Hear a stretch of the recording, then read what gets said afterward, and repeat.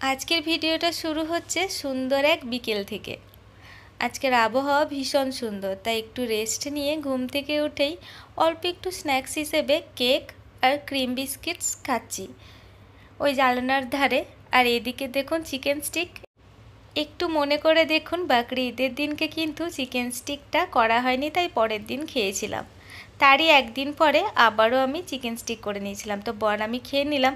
আজকের আবহাওয়াটা দেখলেন, বৃষ্টি পড়ছে, তাই দুজনে মিলে ঠিক করলাম চিকেনের শুকনো খিচুড়ি করব। আপনারা ভুল করবেন না বা হাসাহাসি করবেন না যে বিরিয়ানি করতে গিয়ে খিচুড়ি হয়ে গেছে বা মোটা চালের আবার বিরিয়ানি হয় নাকি। আসলে এটা আমি প্রথম খেয়েছিলাম আমার শ্বশুর বাড়িতে, ওই মিনিকেট চাল দিয়েই এটা চিকেন আলু দিয়ে একটা খিচুড়ি করা হয় শুকনো শুকনো। আর বৃষ্টি ভেজা রাত্রিতে তো খিচুড়ি সবার পছন্দের। তারপরে একটা কোল্ড ড্রিঙ্কস বের করে বাকিগুলো রেখে নিলাম।